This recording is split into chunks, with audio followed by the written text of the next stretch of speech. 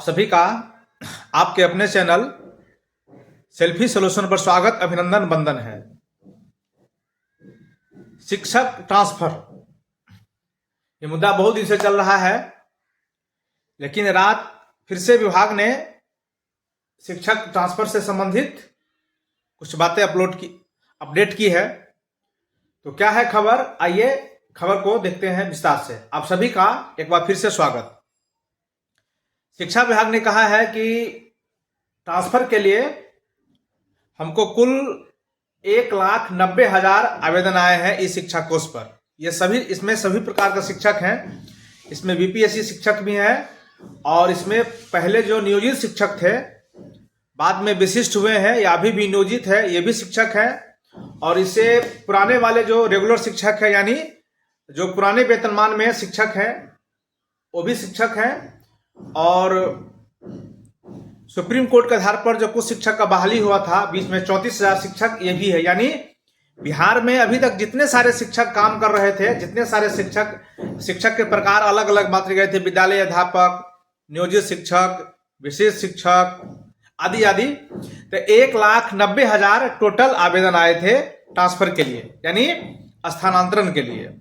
उसमें से 51,000 से अधिक ऐसे शिक्षक हैं जो अंतर जिला है, यानी एक जिला से दूसरे जिला जाना चाहते हैं। इसका मतलब मान लीजिए कोई वैशाली जिला में है तो कोई पूर्वी चंपारण जाना चाहता है, या फिर कोई दरभंगा जिला में है तो अररिया जिला जाना चाहता है, ये अंतर जिला है। तो ऐसे जो आवेदन की संख्या है 51,000 से थोड़ी अधिक है।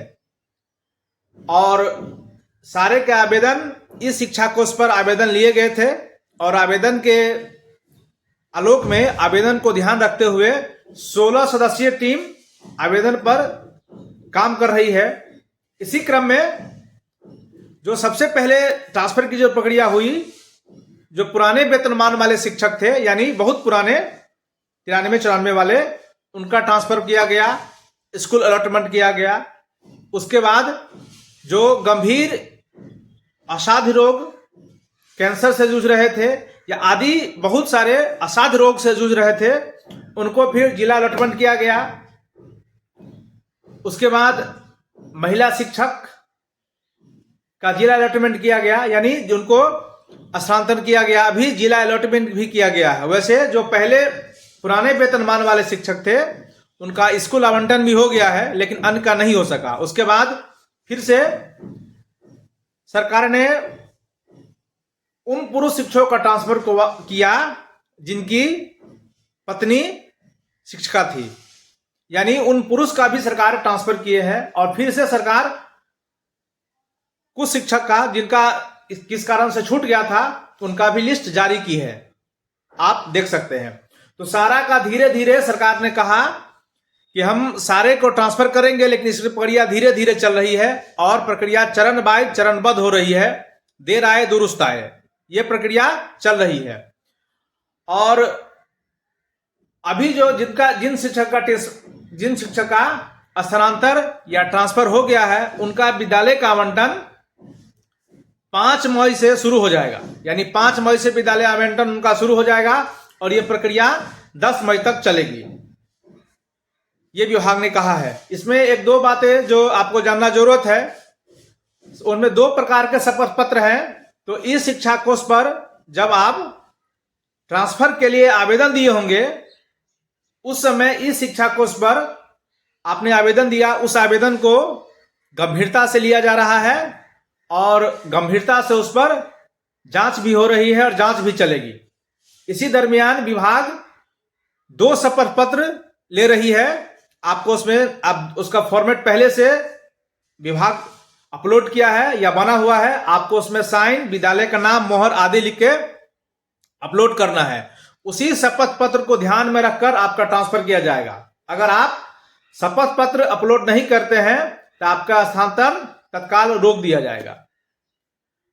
विभाग को ऐसी सूचना मिल रही है कि बहुत सारे शिक्षक गड़बड़ी या आवेदन जो दिए हैं उसमें बहुत सारे त्रुटि या फिर गलत जानकारी दिए हैं, तो इसका ध्यान रखिएगा। विभाग इस बात पर पहले कड़ी चेतावनी दे चुकी है कि अगर कोई असाध्य बीमारी या फिर कोई अन्य कारण से इस शिक्षा कोष पर आवेदन कर दिए हैं स्थानांतरण ट्रांसफर के लिए, और अगर बाद में पकड़े जाएंगे तो नियमानुकूल कार्रवाई होगी। विभाग इस बात को कई बार स्पष्ट कर चुकी है।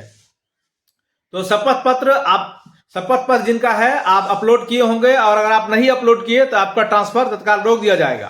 तो जिनका शपथ पत्र अपलोड हो गया है, सारा व्यवस्था हो गया है, उन शिक्षक के लिए यह खबर है कि उनका ट्रांसफर 5 मई से 10 मई की होगी। यानी ट्रांसफर में सरकार चरण बाद चरण थोड़ा समय ले रही है, लेकिन सरकार ट्रांसफर करने के प्रक्रिया को और आगे बढ़ा रही है। और जिनका अभी ट्रांसफर किसी कारण से नहीं हुआ है, उनका भी ट्रांसफर दूरी के आधार पर जिनका ट्रांसफर रुका हुआ है, वो ट्रांसफर विभाग धीरे धीरे विभाग पहले ही इस बात को दोहरा चुकी है कि चरण बाय चरणबद्ध तरीके से हम ट्रांसफर कर रहे हैं। और ये अच्छा है। 16 सदस्यीय टीम जो है इस शिक्षा कोष पर दिए गए आवेदन के उपरांत उसको जांच रही है, उसको देख रही है, उसके बाद जिला अलॉटमेंट कर रही है, उसके बाद स्कूल अलॉटमेंट किया गया। विभाग ने एक बात को और स्पष्ट की है कि अगर आप जिस स्कूल में, जिस पंचायत में आवेदन दिए हैं अप्लाई करने के लिए, वहां अगर सीट खाली हुआ, वहां आपका सामंजस्य हो सका, तो आपको यथासंभव आप जहां आवेदन किए हैं वहीं आपकी पोस्टिंग की जाएगी। अगर नहीं हो सका तो आस पड़ोस के विद्यालय में आपकी पोस्टिंग होगी। और ये स्थानांतरण जो हो रहा है ये ऐच्छिक माना जाएगा। विभाग ने इस बात को स्पष्ट किया है, बाद में आप कोई ऐसा कहीं कुछ नहीं कर सकते। अगर आपके चॉइस का जहां आप आवेदन दिए हैं वहां सीट खाली हुआ तो आपको वहां पोस्टिंग हो जाएगी, नहीं तो आस पड़ोस के विद्यालय में आपकी पोस्टिंग होगी। और सरकार के आदेशानुसार ये जो पोस्टिंग है, स्थानांतरण है, ट्रांसफर है, ये आपका स्वैच्छिक होगा। अब बाद में ऐसा कहीं कुछ नहीं कर सकते। विभाग ने इस बात को भी स्पष्ट निर्देश जारी किया है। तो ऐसे ही शिक्षा संबंधी खबर के लिए आप हमारे चैनल के साथ जुड़े रहिए। जैसे ही शिक्षा संबंधी और कोई अपडेट आएगी आपको हम रूबरू कराएंगे।